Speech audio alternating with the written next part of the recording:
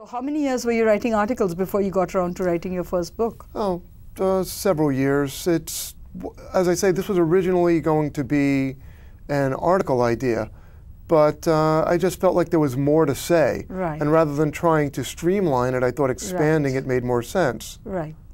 Yeah, that makes perfect sense. Well, there were 20 segments in the article that ended up coming out. Oh, wow. And the book's actually got 32 chapters. Okay. So those 20 are expanded, and there's a lot of additional stuff added. Okay. And, okay, now let's focus on this book. In this particular book, what I found was most interesting was, your quote where you say that Asian medicine is learning how to take care of your car, and Western medicine is what do you do after a car crash, which I thought was absolutely perfect. Right. Well, I say, Western medicine is like driving your car into a wall and taking it to the body shop to get it fixed. Right. Whereas Eastern medicine is like getting your brakes fixed so you don't drive into the wall. Right. And I do think that's a pretty apt analogy, because we have a tendency to wait for something to go wrong and then try to fix it through surgery or medicine, which all has side effects that you're going to have to contend with. Yes. Whereas things like meditation, proper diet, exercise, stress reduction, all of those things could keep you from needing those other things, which are not things we necessarily look forward to. Well, actually, we could take care of our trade deficit if we all took care of our health. Just think about it. You wouldn't need all the medication. If everybody did yoga and meditation and, ate right, I think half our healthcare costs would be gone. Cleaner burning fuel, and the energy deficit would be down as well. But absolutely. It's a whole other show. So, yes, absolutely. Then we'd get into global warming, but that's another story. So, take us through this book, the different chapters. What are the things you emphasize?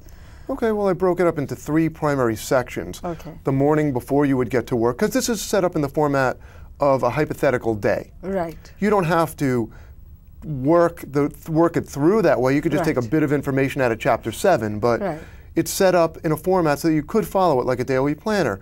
Get up in the morning, what's the first thing you should do? Meditate.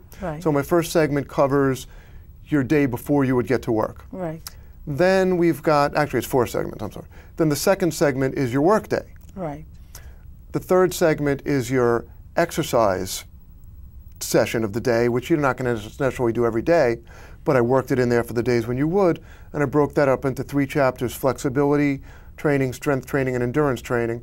Then the last segment is what you would do with your day after work, which would be an mid-afternoon snack or an after-work snack, because you should eat something after your workout to resynthesize glycogen back into your muscles. Oh, okay. Then you've got dinner, you've got a chapter on the benefits of green tea, chapter on the benefits of moderate alcohol intake, as I said, chapter on the benefits of sex, and a chapter on the benefits of sleep. So we've got kind of all the fun stuff worked in after work there. Some fun stuff before. Now, I had one question, because you talk about yoga and meditation and then you talk about exercise. So what would you say is the difference? Because if you do yoga and meditation, is it necessary to go to the gym? What's the difference? Yeah, well, they have found that yoga actually has minimal benefit in terms of aerobic fitness and doesn't burn as many calories as you might think. Yoga is a very good form of exercise and certainly spiritually very good, but also many people who meditate don't do it through yogic practices. For example, I took transcendental meditation about 20 years ago, and that's what I do. And that has nothing to do with yoga. You wouldn't want to put yourself in a position like that. You want to sit relaxed and comfortable in a chair. So yoga is actually mentioned in my fitness section as one of the options, but it's not the only option. I cover a pretty broad range of fitness options. Right. So you think that even if somebody does yoga, it would still be useful for them to do other forms of exercise? Oh, certainly. Other than yoga?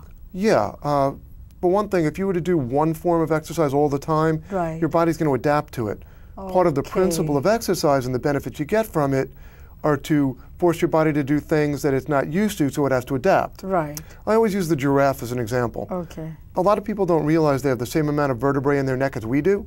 They're just farther apart. Oh, really? I had no idea. Yeah, the food source was getting farther away. Okay. So they had to adapt to where the food source was if they wanted to eat. So over time, their necks got longer. Okay.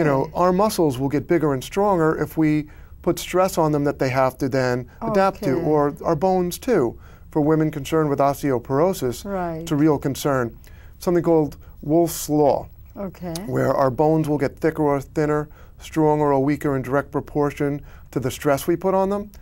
In fact, they found astronauts in space, their bones actually get thinner and weaker from the lack of gravity. Oh, that's interesting. So if you don't subject your skeleton to some form of stress, okay. then it's not going to adapt and build bone mass. You don't want to overstress it, that's how you get a fracture. Right. Oh, okay, I had no idea. And you were also talking about snacking. Yes. Now that's an issue. You know, a lot of people think that if they starve themselves, they're going to lose weight. The whole myth about starvation is equal to weight loss, if you could debunk that myth. Which I is will debunk right now.